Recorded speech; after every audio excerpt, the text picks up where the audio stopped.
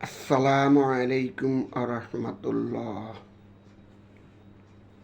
আউযু বিল্লাহি মিনাশ শাইতানির রাজিম। বিসমিল্লাহির রহমানির রহিম।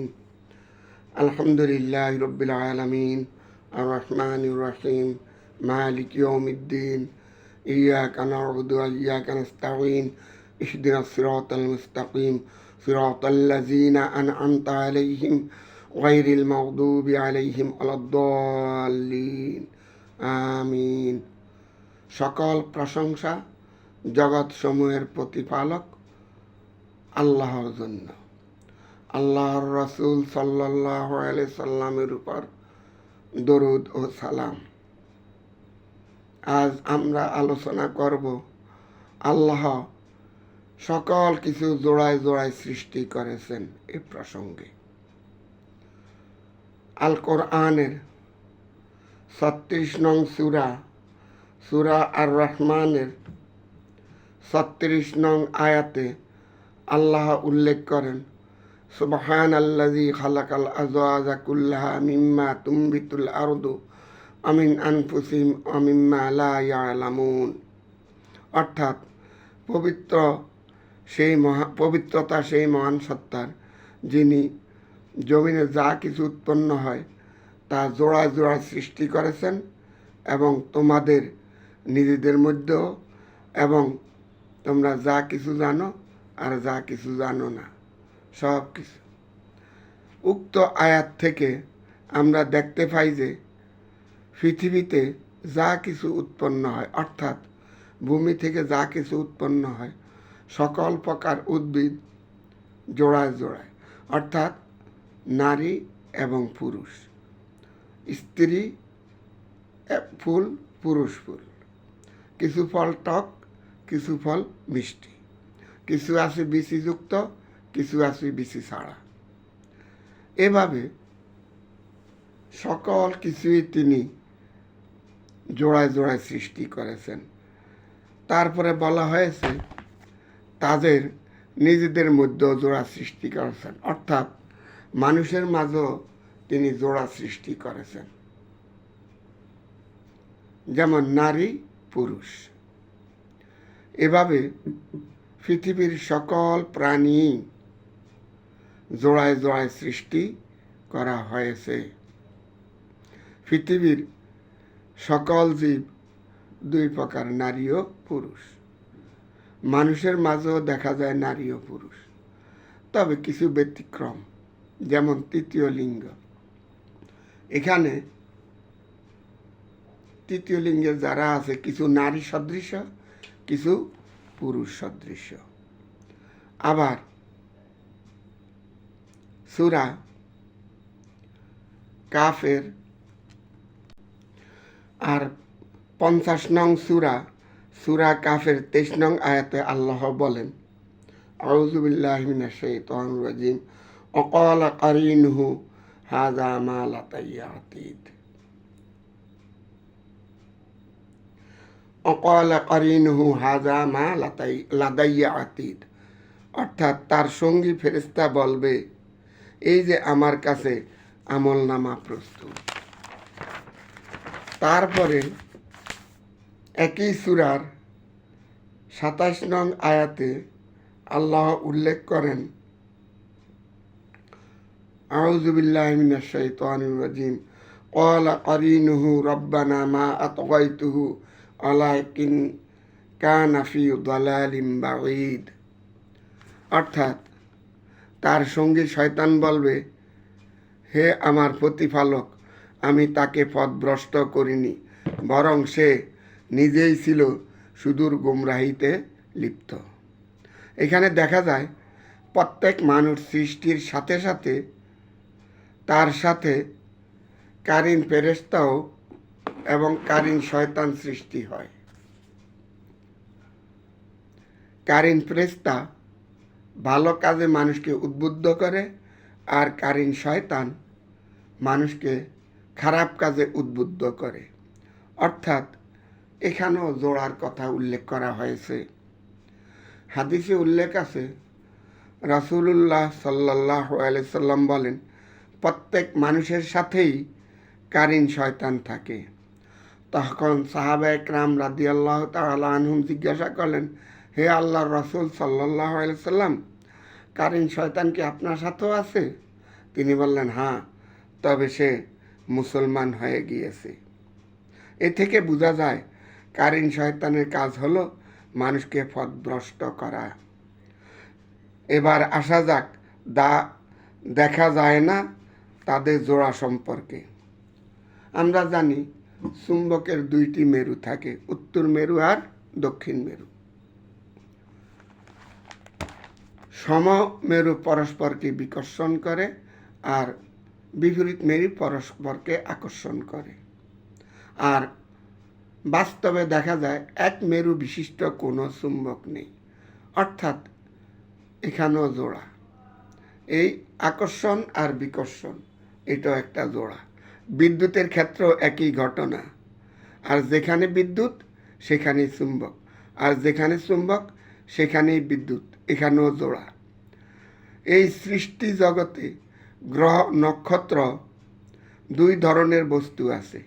নক্ষত্র আলো দানকারী এবং গ্রহগুলি আলোকিত বস্তু। এভাবে প্রত্যেক ক্ষেত্রেই দেখা যায় জোড়া। নিউটনের গতির তৃতীয় সূত্র অনুসারে প্রত্যেক ক্রিয়ারই একটি সমান ও বিপরীত প্রতিক্রিয়া আছে। এই সমান ও বিপরীতমুখী ক্রিয়া থাকার কারণেই মহাবিশ্ব গতিশীল আছে। বিষয়টি একটু বিস্তারিত ব্যাখ্যা করা যাক। প্রত্যেকটি গ্রহ, নক্ষত্র এবং মহাজাগতিক সকল বস্তু গতিশীল অবস্থায় আছে। এ প্রসঙ্গে ৩৬ নং সূরা ইয়াসিনের ৪০ নং আয়াতে আল্লাহ উল্লেখ করেন, আউযু বিল্লাহি মিনাশ শাইতানির রাজিম, লাশ শামসু ইয়ামবাগি লাহা আন তুদরিকাল কমারা ওয়ালাল লাইলু সাবিকুন নার আকুল্লুম ফি ফালাকিন ইয়াসবাহুন।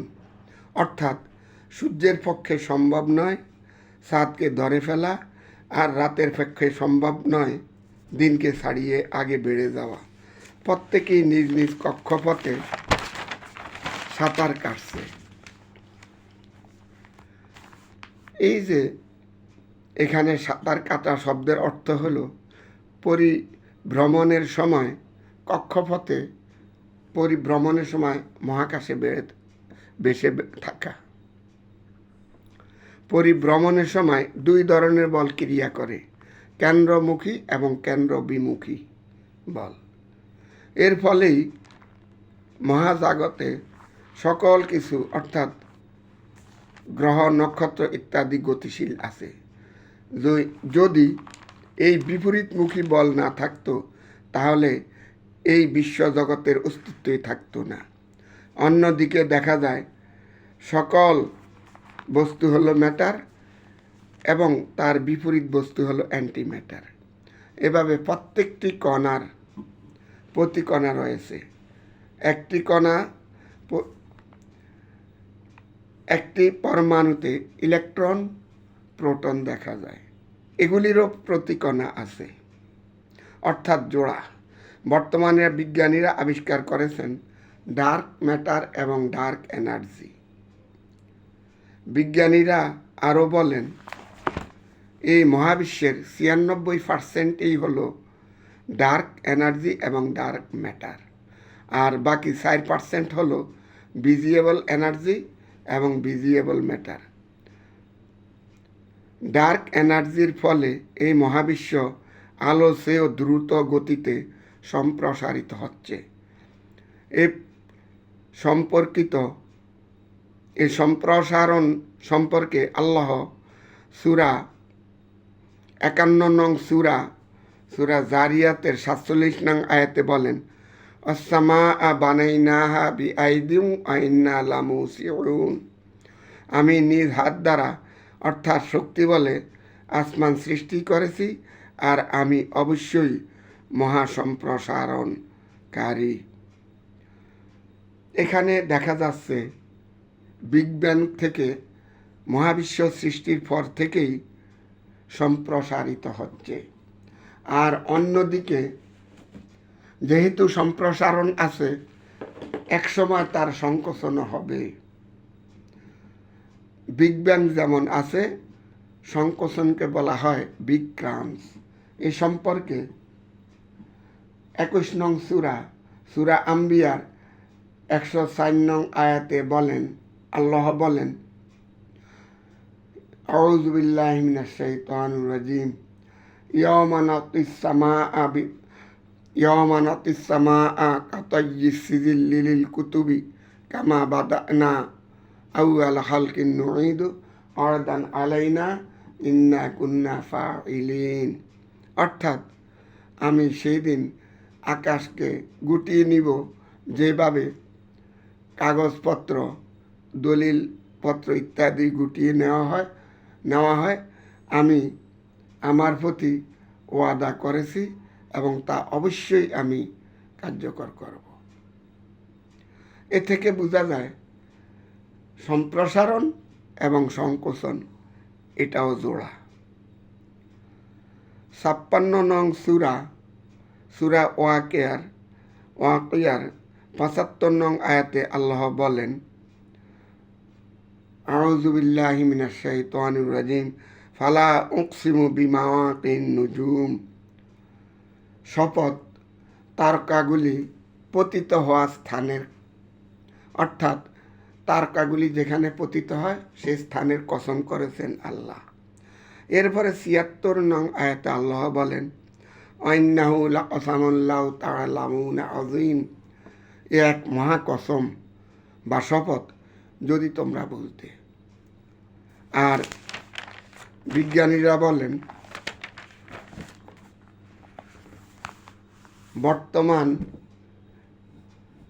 বর্তমানে বিজ্ঞানীরা আবিষ্কার করেছেন যে নক্ষত্রগুলো পতিত হয় ব্ল্যাক হোলে, আর দৈত্যাকার নক্ষত্রগুলি সুপারনোভার পর ব্ল্যাক হোলে পরিণত হয়। যেহেতু সকল কিছুর জোড়া আছে, তাহলে অবশ্যই হোয়াইট হোল আছে, কিন্তু বিজ্ঞানীরা আজও হোয়াইট হোল আবিষ্কার করতে পারেনি। ইনশাআল্লাহ ভবিষ্যতে হোয়াইট হোল অবশ্যই আবিষ্কৃত হবে, কারণ আল্লাহ কোরআনে বলেন, প্রত্যেক ঘটনা ঘটার একটি নির্দিষ্ট সময় আছে, তাই যথাসময়ে অনেক অজানা জিনিস আবিষ্কৃত হবে ইনশাআল্লাহ। সূরা আল ফাজরের 89 নং সূরা আল ফাজরের 1 নং আয়াতে আল্লাহ বলেন, আল ফাজর শপথ উষার। 2 নং আয়াতে বলেন, আলায়ালিন আসর, অর্থাৎ 10 রাতের শপথ, মানে জিলহজ মাসের প্রথম 10 দিনের। তারপরে উল্লেখ করেন আশ-শাফঈ আল আতর, অর্থাৎ জোড় ও বিজোড়ের শপথ। এখানে জোড় ও বিজোড়ের শপথ দ্বারা বোঝায় সমস্ত সৃষ্টি জোড়া, এবং বিজোড় দ্বারা বোঝায় আল্লাহ একাই বিজোড়, অর্থাৎ একক। তাহলে এখান থেকে আমরা এই কথা জানতে পারি, আল্লাহ যা কিছু সৃষ্টি করেছেন সব কিছুই জোড়ায় জোড়ায় সৃষ্টি করেছেন। যেদিন জোড়া থাকবে না সেদিনই কিয়ামত হবে, অর্থাৎ এই সৃষ্টির বিপর্যয় ঘটবে। তাহলে এই জগতের সকল কিছু জোড়ায় জোড়ায় সৃষ্টি করার পিছনে আল্লাহর এক বিশাল উদ্দেশ্য নিহিত আছে।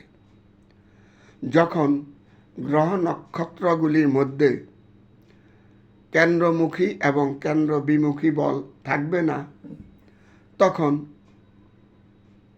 কিয়ামত হবে। অর্থাৎ যখন আল্লাহর জোড়ার বিধান লঙ্ঘিত হবে, তখন এই মহাজগৎ আর থাকবে না, তখন কিয়ামত সৃষ্টি হবে। 13 নং সূরা আর রদের 2 নং আয়াতে আল্লাহ উল্লেখ করেন, আল্লাহুল্লাযী রাফা'আস সামাওয়াতি বিগাইরি আমাদিন তারাউনাহা। আল্লাহ স্তম্ভ ছাড়া আকাশমণ্ডলীকে তুলে ধরেছেন, তারা কি তা দেখে না? বা তোমরা যে দেখো আল্লাহ কীভাবে আকাশমণ্ডলীকে স্তম্ভ ছাড়া ঊর্ধ্বে তুলে ধরেছেন। অর্থাৎ এখানে আকর্ষণ ও বিকর্ষণের এক জটিল প্রক্রিয়ায় আল্লাহ মহাবিশ্বের সকল কিছুকে গতিশীল অবস্থায় রেখেছেন। এখানেও কেন্দ্রমুখী এবং কেন্দ্রমুখী বিমুখী বল কার্যকর। আর যদি এই কেন্দ্রমুখী আর কেন্দ্র বিমুখী বল কার্যকর না থাকতো তাহলে জগতের কিছুই সৃষ্টি হতো না। অর্থাৎ জোড়া না থাকলে কিছুই সৃষ্টি হতো না। তাহলে দেখা যায় প্রত্যেক বস্তু যখনই সৃষ্টি হয় তার সাথে বিপরীত বস্তুও সৃষ্টি হয়। যেমন প্রত্যেক মানুষের সাথে কারেন্ট আছে। তাহলে বোঝা গেল কারেন্ট সৃষ্টির এটা একটা মূল রহস্য। কারণ আয়নায় যখন আমরা দেখি তখন আয়নায় অবশ্যই আমাদের প্রতিবিম্ব তৈরি হয়। ঠিক প্রত্যেকটা সৃষ্টিরই এরকম প্রতিবিম্ব আছে এবং তা হলো তার বিপরীত জোড়া। এভাবে আল্লাহর সৃষ্টি নিয়ে চিন্তা গবেষণা করলে আমরা দেখতে পাই যে আল্লাহ কত নিপুণভাবে এই সৃষ্টি জগৎকে সৃষ্টি করে রেখেছেন। আর যেহেতু মহাসম্প্রসারণ হইতেছে, একদিন আবার সংকোচনের মাধ্যমে আবার সেই আগের অবস্থায় ফিরে যাবে, পুনরায় এই অবস্থা চলতেই থাকবে। এইভাবে জোড়ায় জোড়ায় সব কিছু ঘটতে থাকবে। আল্লাহ আমাদেরকে আল কোরআন সঠিকভাবে বুঝার তৌফিক দান করুন। আখির দাওয়ানা আনিল হামদুলিল্লাহি রাব্বিল আলামিন। আমা তৌফিক ইল্লা বিল্লাহ। আসসালামু আলাইকুম ওয়া রাহমাতুল্লাহ।